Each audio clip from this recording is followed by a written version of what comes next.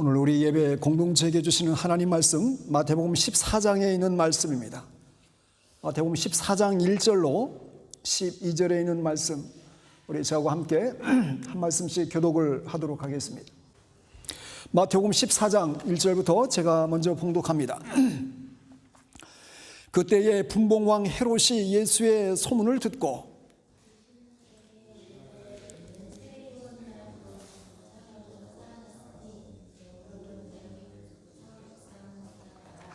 전에 헤롯이 그 동생 빌립의 아내 헤로디아의 일로 요한을 잡아 결박하여 옥에 가두었으니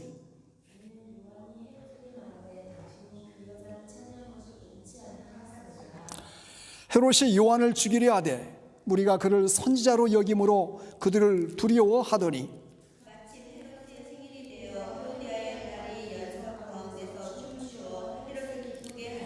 헤롯이 맹세로 그에게 무엇이든지 달라는 대로 주겠다고 약속하거늘 그가 제 어머니의 시킴을 듣고 이르되 세례 요한의 머리를 소관에 얹어 여기서 내게 주소서 하니 왕이 근심하나 자기가 맹세한 것과 그 함께 앉은 사람들 때문에 주라병하고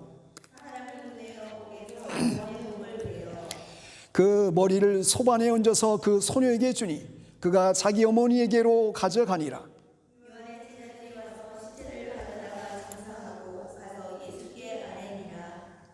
아멘. 영국에 살면서 좀 어떻게 보면 좋은 장점 중에 하나가 중간중간에 좀 쉽게 시간을 내서 여행을 할 수 있다는 것입니다. 왜냐하면 보통 6주나 7주 지나면 하프텀이 있고 또 7주 지나면 또 하프텀이 있다 보니까 보통 영국 가정들이 그때 이제 가정과 함께 자녀와 함께 여행을 가족 여행을 떠나는 것을 보게 됩니다. 영국에 살아온 지가 벌써 18년이 넘어가고 있는데 특히 저희 가정 같은 경우는 1년에 한두 번 정도는 최소한 이제 가족여행을 이렇게 가면서 또 가정과 함께 이렇게 보내는 그런 시간들을 갖게 되었었는데 저희들이 이제 가족여행을 가면 주로 영국에서 주로 이용하는 숙소가 유스 호스텔이었어요. 유스 호스텔. 일단 가격이 다른 데보다도 좀 저렴합니다. 저렴하고 또 셀프 캐터링을 할 수 있어요. 특별히 이제 한국 그 식단이다 보니까 이게 냄새가 날 가능성이 많습니다. 그래서 음식을 한국 식단을 가져가면 해 먹어야 되니까 그래서 주방이 따로 있기 때문에 주방 있고 식당이 보통 유스 호스텔은 다 갖춰져 있고 또 여러 가지 해 먹을 수 있는 도구들이 다 갖춰져 있어요. 그렇기 때문에 이 음식을 해 먹을 수 있는 좋은 장점이 있습니다. 또 하나의 장점이라고 하면은 각 지역마다 유스 호스텔이 없는 곳이 없어요. 영국에도 보니까 한 150여 곳 이상이 지역마다 유스 호스텔이 있는데 인터넷을 통해서 보고 또 좀 운치 있고 또 여러 가지 시설을 봐서 또 거리 위치 있는 것을 보아서 결정해서 이렇게 장소를 선정해서 가게 됩니다. 많은 유스텔 이렇게 다녀보면서 지금도 다시 좀 가보고 싶은 유스텔이 몇 곳이 있어요. 그곳 중에 하나가 영국 사우스웨스턴 방면의 끝자락이 이제 코널이라는 지역인데 코널의 그 바로 밑에 부분 땅끝마을 바로 밑에 있는 리자드 포인트 유스 호스텔이 있어요. 리자드 포인트 유스 호스텔. 아주 거기 유스 호스텔은 시설이 특별히 좋다든지 집이 아주 멋있게 잘 지었다기보다 위치가 너무 좋은 곳이었어요. 그 유스 호스텔에서 창문을 열고 딱 바라보면 바로 파란 하늘이 그냥 쫙 펼쳐져 있는 앞이 가로막힌 곳이 없고 다 뚫려 있어가지고 파란 그런 바다가 한눈에 펼쳐지는 곳이 바로 리자드 포인트 유스 호스텔이었어요. 그리고 또 하나 그 매력적인 포인트가 하나 있는데 바로 유스 호스텔 바로 옆에 멋진 등대가 있습니다. 등대를 가까이서 볼 수 있는 그런 유스 호스텔이었습니다. 제가 말씀드리고 싶은 것은 바로 등대입니다. 등대. 하얀 첨탑 위에 세워진 그 등대가 바로 이 호스텔 바로 옆에 있는데 여러분 등대를 영어로 말하면 라이트 하우스 또는 라이트 타워라고 이렇게 영어로 말을 하게 되는데 말 그대로 빛을 밝히는 집이고 빛을 밝히는 타워다라는 의미가 등대에 담겨져 있습니다.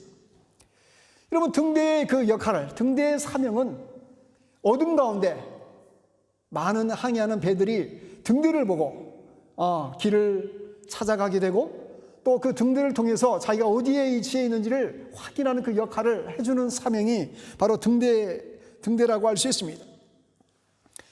여러분, 이 성경에도 마치 한 인생을 살아가면서 어둠을 밝혀주는 등대처럼 길을 잃어버린 사람들에게 그 길을 걸어갈 수 있도록 등대와 같은 역할을 해준 한 사람을 꼽으라면은 바로 오늘 본문에 등장하는 세례 요한, 침례 요한이다라고 말할 수 있습니다.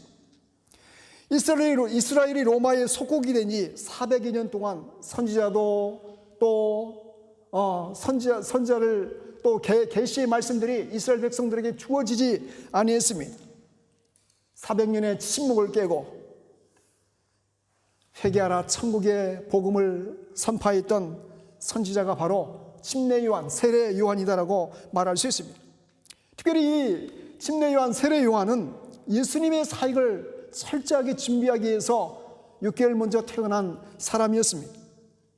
세례 요한은 진리의 빛에 대해서 증거하는 자였고, 또 주님의 길을 곧게 하는, 또 낮은 곳을 메우고 높은 곳을 낮게 하는, 그래서 예수님께서 그 사역을 펼치실 때에 쉽게 그 사역을 펼쳐갈 수 있도록 그 앞길을 정돈했던 사람이 바로 침례 요한, 세례 요한이다라고 말할 수 있습니다. 그래서 예수님께서 이 침례 요한을 말하면서 여자가 낳은 자 중에 요한보다 큰 이가 없다라고 말할 정도로 이렇게 칭찬했던 사람이 오늘 본문에 등장하는 침례 요한입니다. 우리가 아는 대로 이 침례 요한은 광야에서 외치는 자였습니다. 여러분, 광야에는 사람들이 살지 않습니다. 너무나 황량한 곳이기 때문에 사람들이 살지 않습니다.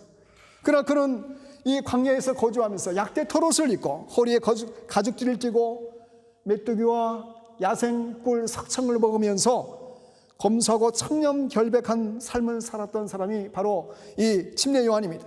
그래서 그를 광야에 외치는 자이다 라고 그 닉네임이 붙여질 정도였습니다.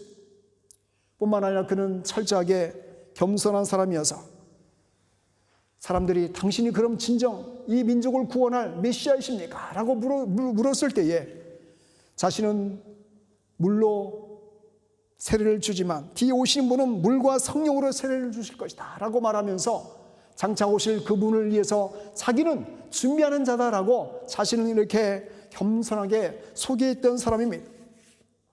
그리고 특별히 이 침례 요한이 된 이유 중에 하나는 잘못된 것에 대해서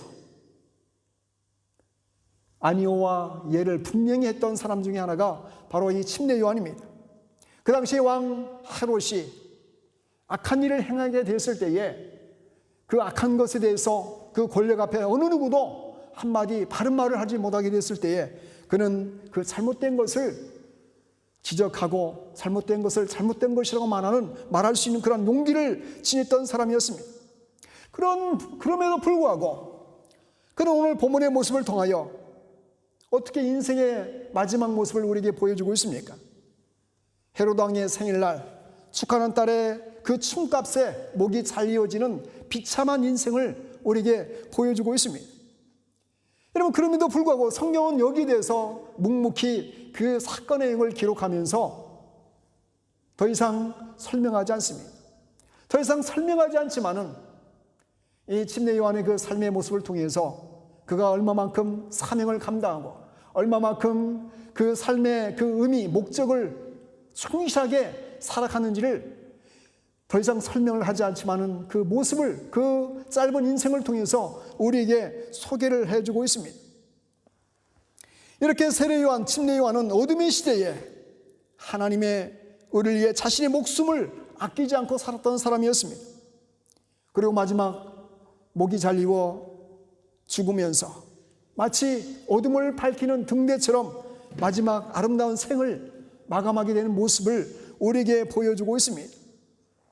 우리는 이 침례 요한의 그 삶의 모습을 통해서 우리도 한 인생을 살아가면서 과연 어떻게 살아가는 것이 가장 아름답고 고귀한 모습인지를 다시 한번 좀 비침받는 이 시간이 되기를 원합니다.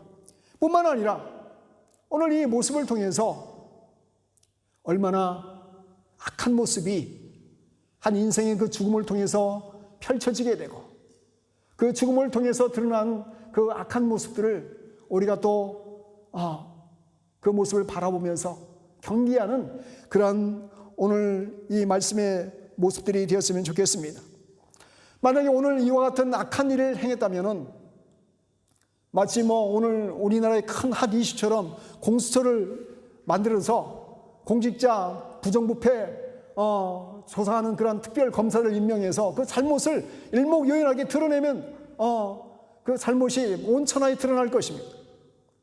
그러나 오늘 이 악한 일을 행한 그 헤롯 왕의 모습은 그 악을 행하는 그 모습 가운데서도 그 무엇 하나 어느 누구 하나 그 잘못을 이렇게 드러내는 그 모습을 보이지 않고 있지만은 그러나 그 모습을 통해서 우리 다시 한번 경계를 삼으면서 그 악한 것이 우리의 삶에도 언제든지 발견되고 일어날 수 있다는 사실을 다시 한번 생각하는 시간이 되어야 되겠습니다. 오늘 본문은 한 시대의 등대와 같은 그 침례 요한의 그 죽임의 사건을 통해서 악한 죄악의 모습은 한 가지 그 악을 통해서 계속해서 그 악의 악을 더하는 일들이 벌어질 수 있다는 악의 그 무서운 파괴력을 우리에게 보여주고 있습니다. 여러분, 오늘 본문에 등장하는 헤롯 왕은 정확하게 말하면 그 이름이 헤롯 안티파스입니다. 여러분, 헤롯 왕 하면 보통 여기에는 특별히 구별해서 헤롯 왕으로 이렇게 소개되고 있지만은 헤롯 대왕이 있습니다. 헤롯 대왕 1세가 있는데 예수님이 출생하게 됐을 때에 동방 박사들이 이게 바른 말을 하지 않고 이게 다 사라지게 될 때 헤롯 왕이 화가 나가지고 율법 학자들에게 물어봅니다. 그 아이가 몇 살이나 됐을 것 같나? 그래서 그 이야기를 듣고 나서 2살 이하의 모든 아이들을 베들레헴 주변에 있는 그 모든 아이들을 죽인 왕이 헤롯 대왕이 그 헤롯 대왕이 아니라 그 헤롯 대왕의 아들 헤롯 안티파스. 근데 오늘 보면 헤롯으로 이렇게 소개되고 있습니다. 로마 제국으로부터 임명된 그런 분봉왕의 신분을 갖고 있었어요.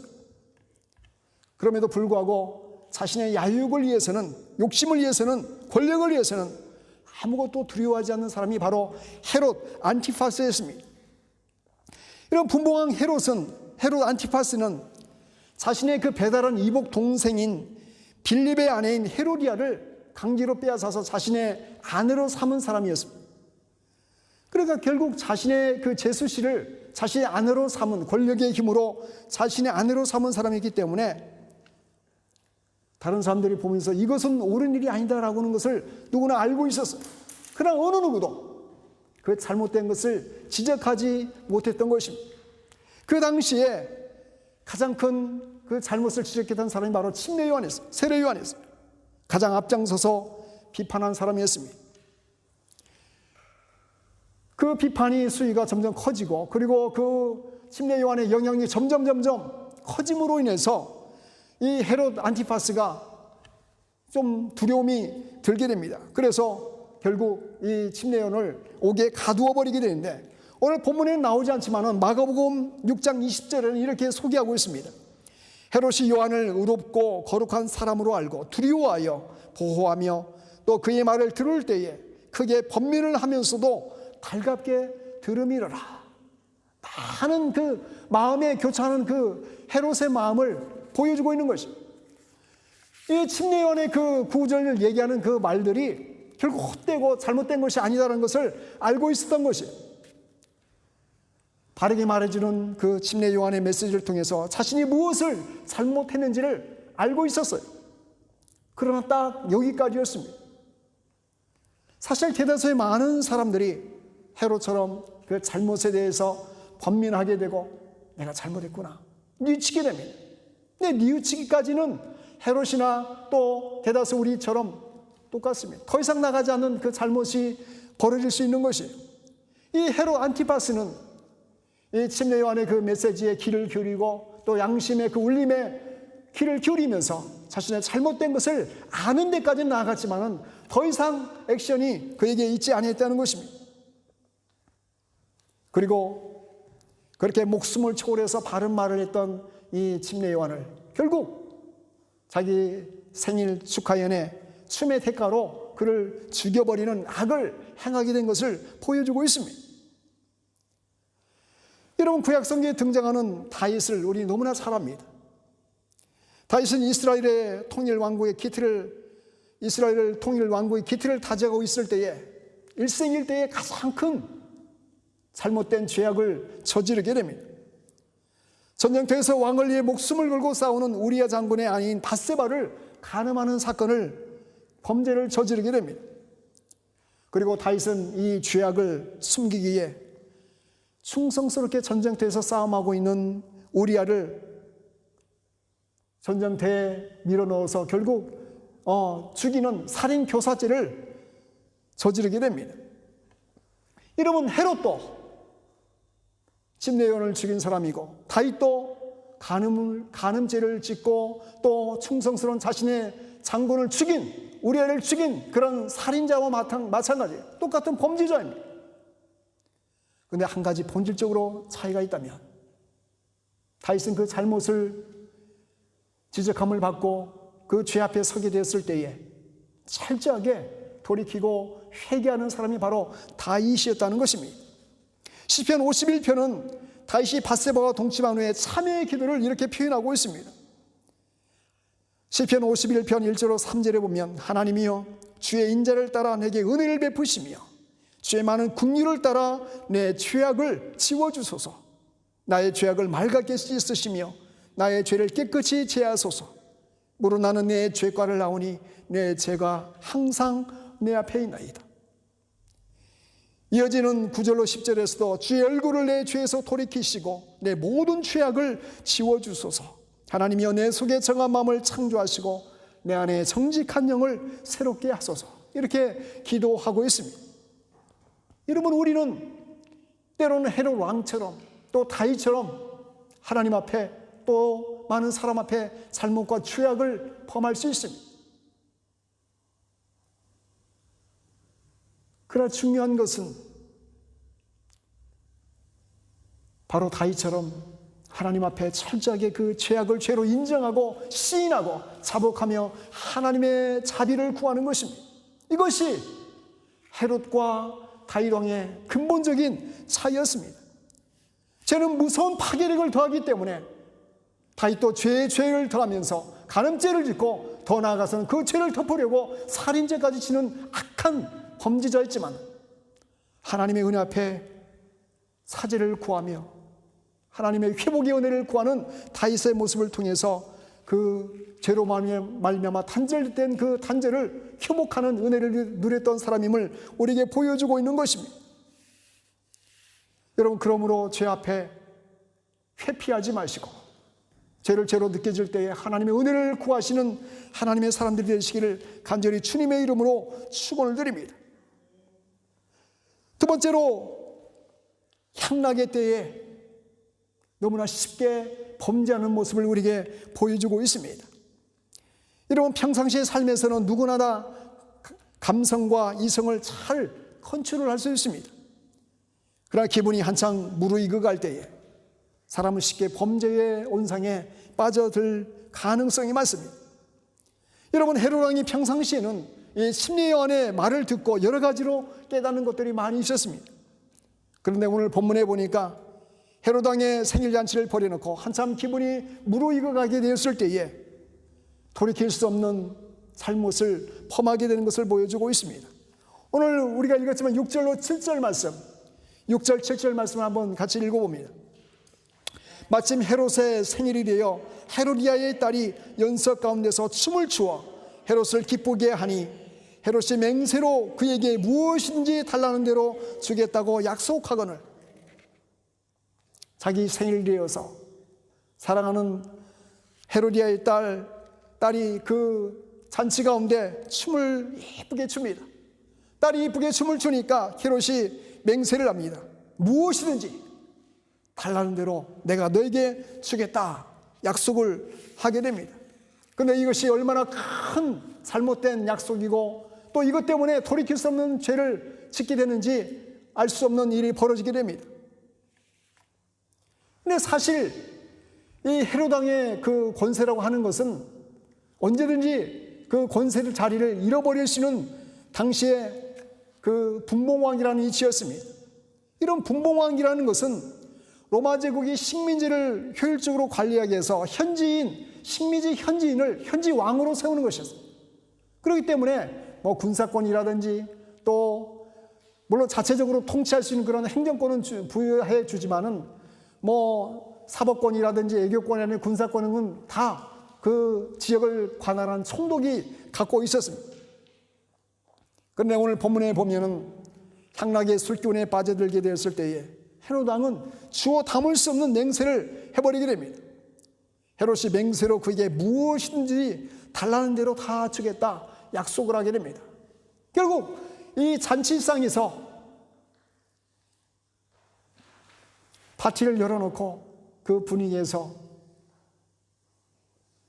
이 성경에 나오는 그런 침례요한을 죽이는 그런 살인자의 모습으로 오늘 본문은 이 헤롯 왕을 소개해주고 있는 것입니다. 여러분 12월이 되면 온 세상이 향락문화로 들썩입니다. 연말 파티에, 수많은 세일에, 또 특별히 성탄절 축하 파티에, 연말 파티에 수많은 파티가 12월 한 달 동안 펼쳐지게 됩니다. 수많은 이벤트들이 기대하는 마음으로 이벤트에 눈을 기웃기웃하게 됩니다. 여러분 어떻게 보면 이 12월이야말로 많은 사람들이 특별히 믿음의 사람들도 이 연말 때에 마음이 들썩이고 또 이 축제의 분위기에 젖어서 이성을 잃어버리고 악의 도구로 사용될 그 가능성이 가장 많은 시기가 바로 이 12월이 아닌가 생각합니다. 어쩌면 우리가 예수 그리스도의 탄생을 맞이하면서 기대하는 마음으로 다시금 그 탄생의 의미를 깊게 되새기는 그런 성탈 문화가 아니라 그냥 마시고 즐기고 향락하는 그런 세대 가운데 우리가 지금 서 있음을 우리가 기억해야 됩니다. 여러분 향락의 문화가 가장 많은 곳에 죄악이 가장 많을 가능성이 많이 있습니다. 아까 언급했던 다윗도 자신의 모든 부하들은 전쟁터에서 지금 사느냐 죽느냐 결사항전의 그 전쟁을 하고 있는데 자기의 궁전에서 빈둥빈둥 결국 향락하고 놀다가 결국 간음죄를 범하게 되고 결국 살인 교사죄까지 이르는 그 죄를 지은 그 이치가 바로 그 자리였어요. 사랑하는 성도 여러분, 다가오는 연말을 맞이하면서 우리 마음속에 다시금 주님의 이 땅에 오신 그 성탄의 의미를 우리 마음속에 되새기면서 한 해 동안 우리가 또 부족했던 부분들을 다시 한번 또 우리 스스로를 되새겨보고 밝아오는 또 새해를 믿음 가운데 잘 소망하는 가운데 준비하고 맞이하는 그런 12월이 되시기를 간절히 주님의 이름으로 축원을 드립니다. 세 번째는 이 헤롯 왕의 모습을 보면서 자기의 자존심에 상처가 날 때에 가장 죄를 짓기 쉬운 모습을 우리에게 보여주고 있습니다. 여러분 헤롯 왕은 자신의 자존심을 세우기에 무엇이든지 달라는 대로 주겠다고 호언장담하면서 약속을 합니다. 그런데 막상 헤로디아의 딸 살로메가 침례 요한의 머리를 소반에 담아서 나에게 주시오라고 요구하게 됐을 때에 잠깐 동안 그는 망설이게 됩니다. 설마 감히 이 작은 아이가 이런 요구를 할 수 있을까? 전혀 상상하지 못했지만은 상상하지 못한 그 요구를 받게 되었을 때에 9절은 이렇게 말합니다. 왕이 근심하나 자기가 맹세한 것과 그 함께 앉은 사람들 때문에 주라 명하고 마음에는 전혀 죽이고 싶은 생각이 없어요. 침례에 어떤 사람인지 알고 있었기 때문에 이 사람이 죽어서 안 될 것을 어느 누구보다도 헤롯 왕은 알고 있었습니다. 그럼에도 불구하고 자기가 말한 것에 대한 책임을 져야 된다는 그 왕의 체면을 세우기 위해서라도 자존심이 무너진다는 약속도 금방 약속한 것도 지키지 못한 왕이 된다는 그 비난이 두려워서 결국은 침례 요한을 사지에 몰아넣은 헤롯 안티파스가 태워버리고 마는 것입니다. 여러분 우리의 마음도 우리가 가장 쉽게 반응한 것 중에 하나가 자존심을 건드리면 우리의 마음속이 꿈틀대기 시작합니다. 그리고 이성을 잃어버리게 되고 그리고 기분도 완전히 상해버리는 우리의 연약한 모습을 너무나 쉽게 보게 됩니다. 여러분, 남자가 가장 자존심 상할 때가 이럴 때라고 합니다. 남자가 이런 것도 못해? 남들과 또 비교당할 때, 너 참 착하게 생겼다. 이 말은 넌 정말 융통성은 이만큼도 없어. 라는 그런 말 이런 것 같아요. 또 여러모로 나보다 낫다는 것을 부정할 수 없을 때, 여러 가지 경제 능력이나 외모나 또 배경들이 비교를 당할 때에 자존심을 이렇게 상하게 된다는 것이죠. 또 여자가 자존심을 쉽게 상할 때는 좀 안다고 무시당할 때, 무시할 때, 그리고 외모로 핀잔을 줄 때, 너는 왜 이게 머리가 이러냐? 이렇게 살이 쪘냐? 이렇게 외모가 이러냐? 이렇게 말할 때 그렇다는 거죠. 또 잘 나가는 여자를 부러워할 때, 또 집안 식구를 들먹거릴 때, 이때 자존심이 엄청 발동된다고 합니다. 그럼 우리가 자존심을 지키기 위해서 우리 이성을 쉽게 포로로 잡혀버리는 일들이 많이 벌어지게 됩니다. 그래서 잘못 말을 하게 되고 잘못 행동하게 되고, 그래서 그것 때문에 결국 쉽게 이성을 잃어버려서 내가 왜 그랬을까? 이성을 되찾았을 때는 돌이킬 수 없는 일들이 벌어지게 되는 것을 보게 됩니다. 한양대학교 정신의학 박용천 교수가 자존심에 대해서 이렇게 말합니다. 보통 자존심이 세다고 하는 사람들은 알고 보면 자존심이 약한 사람이다. 자기 존중감이 약하면 작은 지적에 민감하게 반응한다. 그것이 무너지면 자기는 파멸이라는 위기감을 심각하게 느끼는 것이다. 자기를 존중하는 마음이 강하고 성숙한 사람은 자기를 지키기에 급급하지 않으니 여유가 있다. 그래서 남에게 져주거나 양보할 여력이 있는 것이다 라고 이렇게 이야기를 합니다. 여러분, 우리도 쉽게 죄를 짓게 될 때에 결국 자존심에 상처가 나고 자존심에 금이 가게 될 때에 발끈해가지고 또 자기가 말한 것에 대한 돌이킬 수 없는 일들이 벌어지게 되면 이 안티파스 헤롯 왕처럼 결국 악한 일이라는 것을 알고 있음에도 불구하고 돌이키지 못하고 악을 저지르는 그러한 실수를 범할 수 있다는 것을 보게 됩니다. 사랑하는 성도 여러분, 침례요한의 죽음을 통해서 그 죽음에 이르기까지 이 악한 헤롯의 온전치 못한 모습을 우리에게 소개를 해주고 있습니다. 로마서 16장 19절은 이렇게 말합니다. 선한 데는 지혜롭고 악한 데는 미련하라. 우리가 다시 한번 이 세상을 살아가면서 마음의 좌표로 삼아야 할 하나님 말씀이라고 생각합니다. 선한 데는 지혜롭게 하시고, 하나님 아버지, 내 삶의 자리에서도 내 일터에서도 많은 사람들 만날 때 선한 일에는 지혜롭게 행동하고 반응할 수 있도록 은혜를 주시고, 그리고 이것이 악한 일이고 바르지 못한 일이다라고 생각되어질 때는 여기에서는 미련한 자가 되게 하여 주시옵소서. 여러분, 런던 브리지에서 나이프 테러로 어태커 한 명이 죽고 또 선량한 시민 2명이 죽었어요. 인터넷 기사를 보니까 그 중에 한 명은 만체스터 대학에서 법을 공부하고 또 캠브리지 대학에서 이제 계속 공부를 하고 있는 그런 변호사를 꿈꾸고 있는 그런 사람이었던 것 같아요. 25살밖에 안 된 아주 젊은 친구인데 행위를 이렇게 막 칼로 위협하고 죽이려는 그 모습을 보면서 결국 용기를 내서 제어하려고 하다가 결국 안타까운 그런 목숨을 잃은 그 기사를 보게 됩니다. 잘못에 대해서, 악에 대해서 용감하게 행동하고 용감하게 말할 수 있는, 그리고 선한 데는 지혜롭고 악한 데는 미련한 그런 삶의 자명을 우리 마음속에 갖고 살 그 모습을 우리에게 보여주고 있는 좋은 샘플이 아닌가 생각됩니다. 오늘 12월 1일, 이제 2019년 한 해가 이제 딱 정확하게 한 달이 남았습니다. 마지막 한 달 동안 정말로 하나님 은혜 가운데 하나님께서 베푸신 은혜를 깊게 묵상하시고, 그리고 여러 가지 들썩이는 그런 연락 문화에 우리의 마음과 생각이 빼앗기지 않고 우리가 하나님의 은혜를 다시 한번 기억하며 우리의 삶을 다시 한번 추스릴 수 있는 그런 축복된 연말 연시가 되시기를 간절히 주님의 이름으로 축원을 드립니다. 잠시 기도하십니다.